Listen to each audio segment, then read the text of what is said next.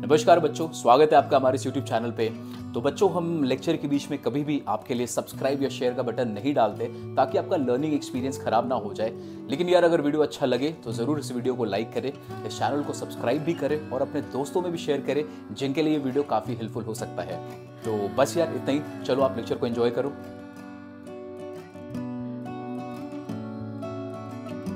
नमस्कार बच्चों, स्वागत है आपका हमारे इस YouTube चैनल पे। मेरा नाम है अंकुश राज और बच्चों, ये वीडियो में हम लोग डिस्कस करने वाले हैं इन्फरेंशियल स्टैट्स।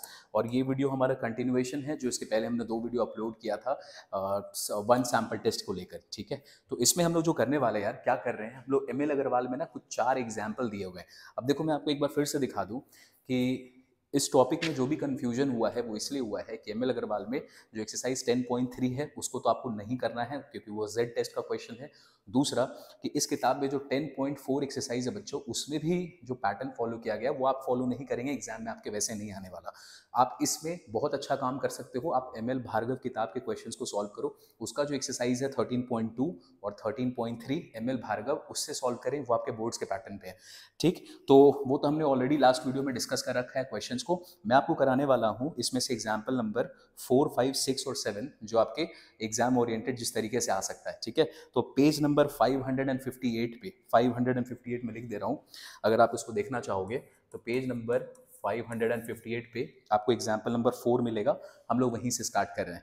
अभी इसमें जो भी थोड़ा सा इससे डिफर होगा, इसका जो आंसर है ना और जो आंसर हम सॉल्व करेंगे थोड़ा सा डिफर होगा, लेकिन भरोसा रखना आप इसी तरीके से आप सॉल्व करो, कोई दिक्कत नहीं है, हम लोग सही तरीका फॉलो करने वाले हैं। चलो, और अगर आपने हमारा पहले वीडियो नहीं देखा है जो हमने इसका बेसिक कॉन्सेप्ट को डिस्कस किया है, आप पहले उस वीडियो को देख ले, आपको ज़्यादा अच्छा अंडरस्टैंडिंग तभी बिल्ड होगा, नहीं तो इस वीडियो में आप कंफ्यूज हो जाओगे। ओके सर, चलो, तो एग्जाम्पल नंबर 4 क्या कहता है, लेट अस कंसिडर कि the average rainfall in a given area is 8 inches. तो आपको बोल रहा है कि एक एरिया में जो एवरेज रेनफॉल है एक एरिया का वो है 8 इंचेस का। ठीक है, तो ये इंफॉर्मेशन आपको पॉपुलेशन का दिया है, तो पॉपुलेशन का आपको मीन दे दिया है 8 इंचेस। फिर आगे बोलता है हाउएवर अ लोकल म्यूटियोलॉजिकल डिपार्टमेंट, तो उस एरिया का एक लोकल कोई डिपार्टमेंट होगा जो अपना स्टडी करता है वेदर वगैरह को, उन्होंने क्लेम किया है। तो बच्चों, ये क्वेश्चन क्लेम का है और हमने जो इसके कॉन्सेप्ट वाले वीडियो उसमें डिस्कस किया था कि जब क्लेम का क्वेश्चन होता है तो आप हाइपोथेसिस को कैसे बनाते हो। तो क्लेम का क्वेश्चन में हाइपोथेसिस याद रखना, नल हाइपोथेसिस में आप अज्यूम करते हैं कि क्लेम जो बोल रहा है वो सही बोल रहा है। ठीक है, ओके। तो उन्होंने क्लेम कर दिया, कैसे बोला कि उनका क्लेम है कि जो रेनफॉल है वो अबव एवरेज है। अबव एवरेज मतलब अबव 8 इंचेस होगा। इन्होंने स्टडी किया है 5 साल के पीरियड को। अब देखो, इस 5 साल के पीरियड का आपको यहाँ पे डेटा दे रखा है 2016 से लेके 2020 में। तो नंबर ऑफ सैंपल्स कितने ईयर का हो गया हमारे पास, यहाँ पर हो गया नंबर ऑफ सैंपल हमारे पास है 5 ईयर का। ठीक है, अब इसका मीन अपने को दिया हुआ नहीं है, मीन अपने को निकालना पड़ेगा। इसका स्टैंडर्ड डेविएशन भी नहीं दिया है बच्चों, ये भी आप स्टैंडर्ड डेविएशन निकालेंगे। और ये सैंपल का स्टडी है, तो सैंपल में जो स्टैंडर्ड डेविएशन का फॉर्मूला यूज होता है हम उसी को फॉलो करेंगे। आगे आपसे पूछ रहा है इज द मेटियोलॉजिकल डिपार्टमेंट क्लेम, तो जो उन्होंने क्लेम किया है अबाउट द रेनफॉल, क्या वो क्लेम सही है कि गलत है। और आपको यहाँ पर टी वैल्यू दे रखा है। ठीक है, जो टी का आपको टेबल वेबल वो ग्राफ व्राफ देख के वैल्यू नहीं निकालना, आपके एग्जाम में आपको वैल्यू दिया हुआ रहेगा। तो यहाँ पर टी वैल्यू दिया हुआ है। नंबर ऑफ सैंपल कितना है, नंबर ऑफ सैंपल है 5। तो इसका अगर डिग्री ऑफ फ्रीडम निकालेंगे तो हो जाएगा n-1। तो n-1 मतलब 5 - 1 दैट इज 4। तो देखो आपको यहाँ पे जो डिग्री ऑफ फ्रीडम है 4 पे दिया हुआ है। कौन सिग्निफिकेंस लेवल है 0.025। तो उसका वैल्यू आपको बच्चों पहले से दे रखा है, ये आपको ग्राफ से नहीं देखना है। ठीक है, ये है क्वेश्चन। चलो, सबसे पहला काम आप ना मीन का वैल्यू निकाल लें। तो मीन का वैल्यू निकालना है, सबको ऐड कर दो, 8 + 5 7 दिस डिवाइडेड बाई 5। ठीक है, तो इसको जब सॉल्व कर दोगे इसका वैल्यू आ जाएगा 6.2। ठीक है, तो हमने सबसे पहले मीन का वैल्यू निकालना है क्योंकि हमें टी का वैल्यू, जो टी का वैल्यू निकालते हैं उसके लिए हमें इन सब की जरूरत पड़ेगी। सेकंड में आप क्या निकालेंगे, स्टैंडर्ड डेविएशन ऑफ सैंपल। तो जब हम सैंपल का स्टैंडर्ड डेविएशन लगाते हैं बच्चों, तो फॉर्मूला क्या फॉलो करते हैं, xi - x बार का whole square divided by n। ये पूरा का पूरा ऐसे रहता है। ठीक है, तो अब आप क्या करेंगे, टेबल बनाएंगे और टेबल बना के एक एक करके माइनस करो। 6.2 को माइनस करोगे 8 से, 6.2 को माइनस करोगे 5 से, और सबका स्क्वायर लेते जाएंगे। तो मैं यहाँ पे लिख दे रहा हूँ, बाकी आप अपने से इस कैलकुलेशन को करना। और ये कैलकुलेशन आपके किताब में दे रखा है, तो इसमें हम लोग ज़्यादा टाइम वेस्ट नहीं करेंगे। ठीक है, ऐसे करके आप बाकी 3 का भी निकालें, डिवाइडेड बाई, यहाँ पर अपने को यूज़ करना है बच्चों n। यहाँ पर अपने को n क्यों यूज़ करना है, क्योंकि हम सैंपल का निकाल रहे हैं स्टैंडर्ड डिविएशन। आपके किताब में n-1 डाला हुआ है, वो पॉपुलेशन के केस में यूज़ करते हैं स्टैंडर्ड डिविएशन में, ठीक है।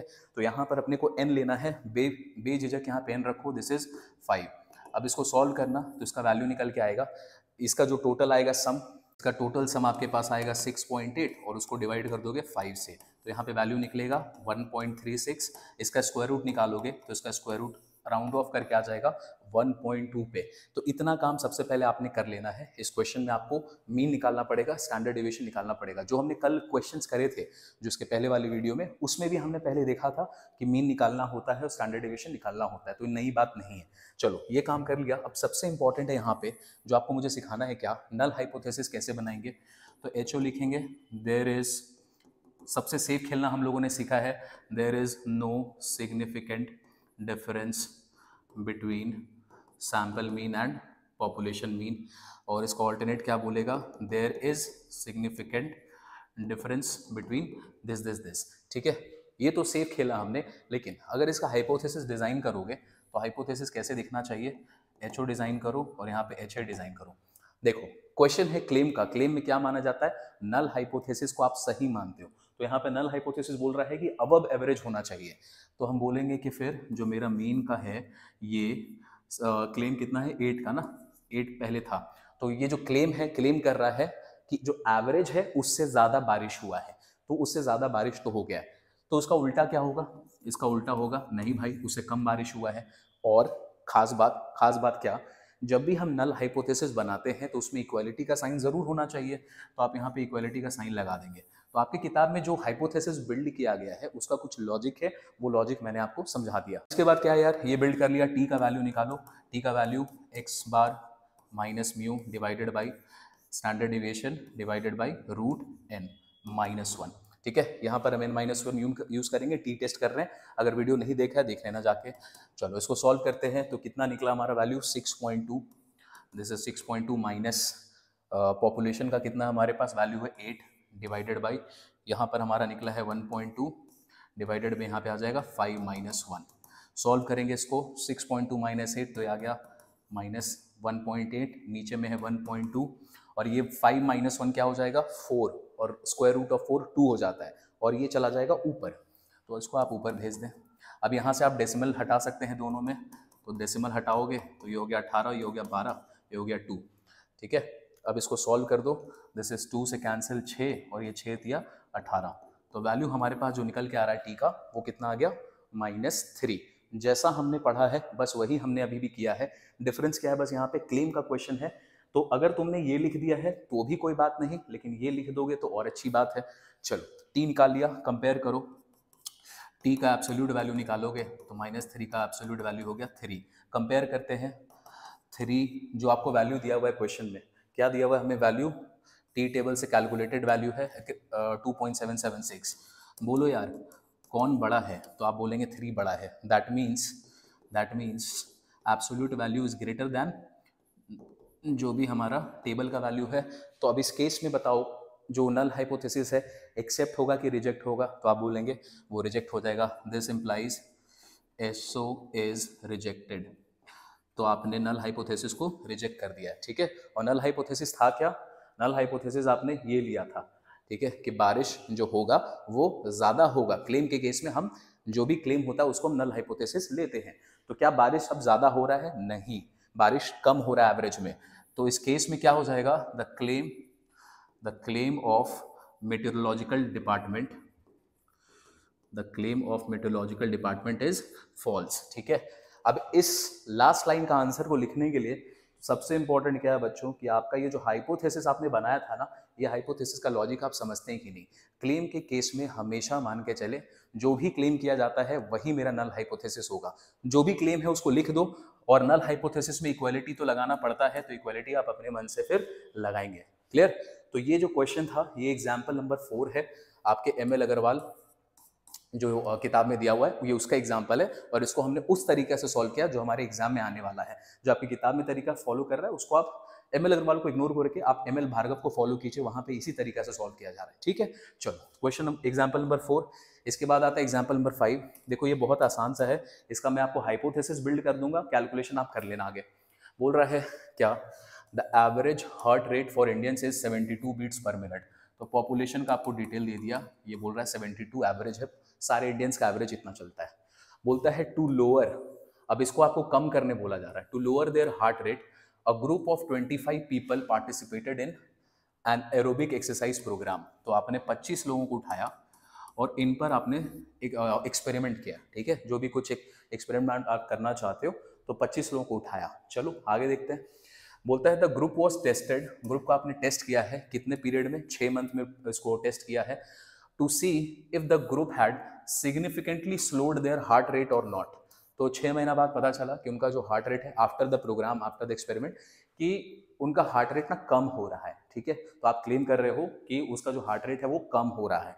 ठीक है, आपसे पूछ रहा है the average heart rate for the group was 69। यहाँ पर आपको मीन दे दिया सैंपल का, तो इन लोगों का एवरेज जो हार्ट रेट आया है वो कितना आया बच्चों, 69 आ रहा है। ठीक है, with a standard deviation of 6.5। तो आपको यहाँ पे स्टैंडर्ड डेविएशन ऑफ सैंपल दे रखा है 6.5। ठीक, इतना सारा कुछ हो गया। अब देखते हैं उनका क्लेम सही होगा कि नहीं होगा, इस एक्सपेरिमेंट का क्या क्लेम आ रहा है। Was the aerobic programme effective, आपको बताना है कि ये इफेक्टिव था in lowering the heart rate और नॉट। इसका हाइपोथेसिस बिल्ड करोगे तो हाइपोथेसिस क्या बोलेगा, पहले बोलेगा there is no significant difference. पहला चीज तो यही बोलेगा ना, there is no significant difference between sample mean and the population mean.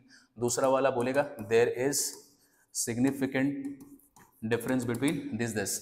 ठीक है, अब इससे ना आप नल हाइपोथेसिस इससे भी बना के सॉल्व करोगे, आपका आंसर निकल जाएगा। ज्यादा कुछ टफ है नहीं, सारा वैल्यू आपको दे रखा है। टी का वैल्यू आप निकाल लेंगे, x bar minus mu divided by s n minus 1। ठीक, मैं वैल्यूज भी पुट कर देता हूँ आपके लिए, 69 minus 72 divided by 6.5 divided by कितने लोग हैं भाई टोटल, टोटल में है 25 लोग, तो यहाँ पर हो जाएगा √24।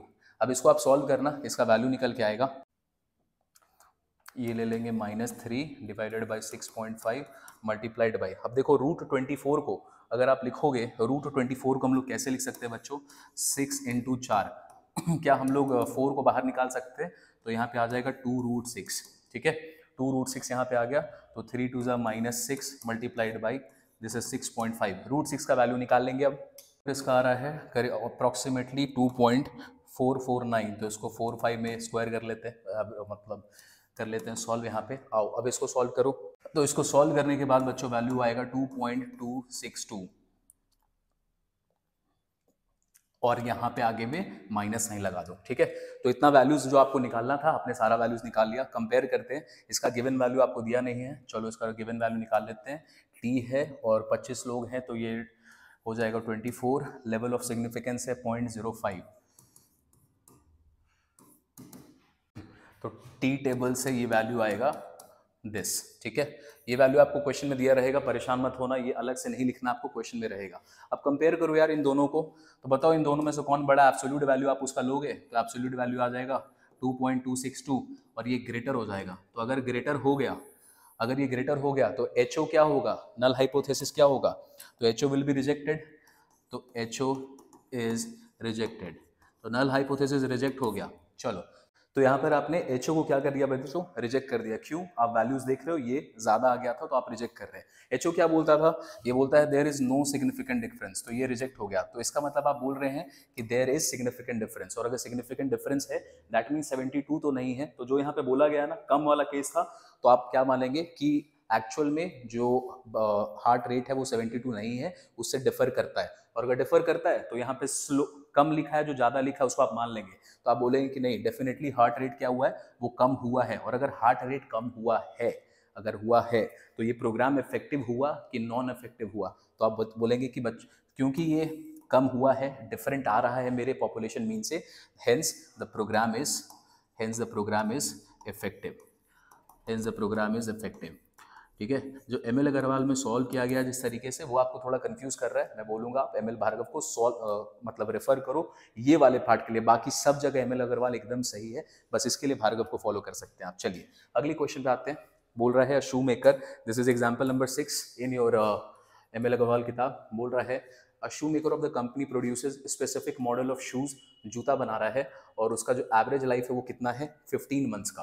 तो पॉपुलेशन का आपको मीन दे दिया यहाँ पे 15, पहला चीज।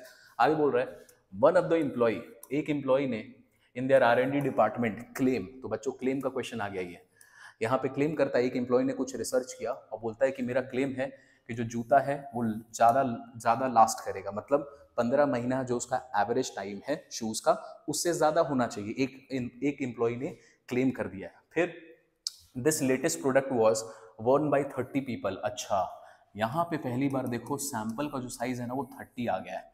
ठीक है, पहला क्वेश्चन आप देख रहे हैं जहाँ पे सैंपल का साइज क्या आ गया 30 आ गया, तो यहाँ पे फॉर्मूला टी कैलकुलेशन का चेंज होगा। मैं दिखा भी दूंगा क्या हम लोग फॉर्मूला लगाने वाले हैं। और बोलता है कि उससे पता चला कि उसका जो लास्टिंग है वो 30 लोगों में हुआ है 17 महीना का, तो आपको मीन मिल गया सैंपल का। आगे पूछ रहा है the variability of the original shoe is estimated on the standard deviation of the new group which is 5.5। तो आपको जो सैंपल है इसका जो स्टैंडर्ड डेविएशन दे दिया है क्वेश्चन में 5.5। इज द डिजाइनर क्लेम, जो उसने क्लेम किया है of a better shoe supported by the finding of the trial. अब आपको टेस्टिंग करना पड़ेगा सही है गलत है। मेक योर डिसीजन यूजिंग, देखो ध्यान से क्या लिखा है इसने, अगर ये नहीं पढ़ोगे तो आंसर आप गलत बना दोगे। ठीक है, क्यों बनाओगे वो भी मैं बता दूंगा। यहाँ पर स्पेसिफिकली बोला है 2 टेल टेस्ट को यूज करो, 1 टेल मत करना। अब जनरली जब हम क्लेम का क्वेश्चन करते हैं अगर, तो कैसे बनाते हैं नल हाइपोथेसिस और ऑल्टरनेट। हम नल में हमेशा क्लेम को सही मानते हैं, नल हाइपोथेसिस में क्लेम को हमेशा सही मानते हैं। क्लेम बोल रहा है ज्यादा दिन चलेगा, तो आप बोलेंगे क्या, जो मीन है वो ज्यादा होना चाहिए 15 से, और इक्वालिटी का साइन भी लगाएंगे क्योंकि नल हाइपोथेसिस है। इसका उल्टा ऑल्टरनेट में आप क्या बोलते, आप बोलते इसका ठीक उल्टा ये। ठीक है, ये है बेटा सिंगल टेल 1 टेल टेस्ट, जहां पे equality greater than less than होता है। अगर आप उसको ऐसे सॉल्व करोगे तो कर सकते थे, लेकिन क्वेश्चन में स्पेसिफिकली बोला है इसको आप सॉल्व करेंगे 2 टेल टेस्ट लगा के, तो ये हाइपोथेसिस आपको बनाना ही नहीं है। तो हमारा जो हाइपोथेसिस बनेगा, क्यों बनेगा ऐसा, अब जो हमारा 2 टेल्ड होता है उसमें क्या मानते हैं हम लोग, इक्वल टू 15, और दूसरा मानते हैं नॉट इक्वल्स टू 15।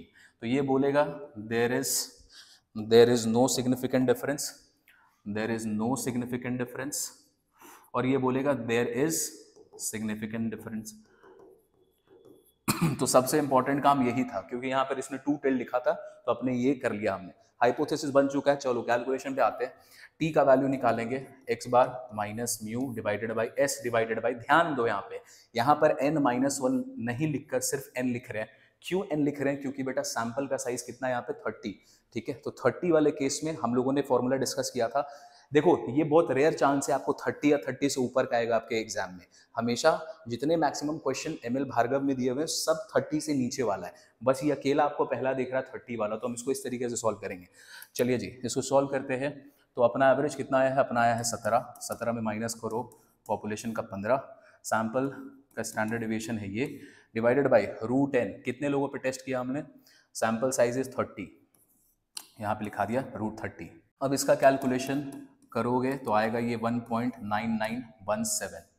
ठीक है, टी का वैल्यू आपको यहाँ पे आ गया 1.9917। इसको कंपेयर कर लेते हैं, तो 1.9917 क्या इससे छोटा है, तो बिल्कुल ये जो गिवन वैल्यू है उससे छोटा है। अच्छा, यहाँ पर एक बात खास बात देखना, जो लेवल ऑफ सिग्निफिकेंस है आपको क्वेश्चन में कितना दिया हुआ है 5%, लेकिन अगर 2 टेल टेस्ट लगाओगे तो 5 का आधा करना पड़ता है, α/2 हो जाता है। इसलिए जो वैल्यू आपको अंदर में दिया हुआ होगा ना, ये 0.05 का नहीं देके उसका आधा अल्फा का दिया हुआ है, α/2 का वैल्यू है।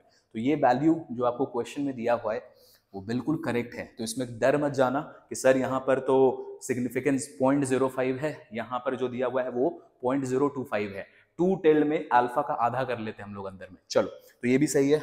इस केस में बताओ HO एक्सेप्ट होगा कि रिजेक्ट होगा, तो नल हाइपोथेसिस इज एक्सेप्टेड। चलिए भाई, तो ये एक्सेप्ट हो गया, मतलब जो एवरेज पॉपुलेशन है वो कितना है 15 है। उसने जो क्लेम किया था, क्या क्लेम उसका सही है उस बंदे का, नहीं, उसका क्लेम क्या हो जाएगा, क्लेम इज फॉल्स। तो क्लेम इज फॉल्स। ठीक है। तो इस तरीके से आप इस क्वेश्चन को सॉल्व करें। बाकी मैंने वो रिटन पार्ट नहीं लिखा है क्योंकि लास्ट वाले जो हमने वीडियो था उसमें ऑलरेडी मैंने डिटेल में आपको लिखने का तरीका बता दिया था।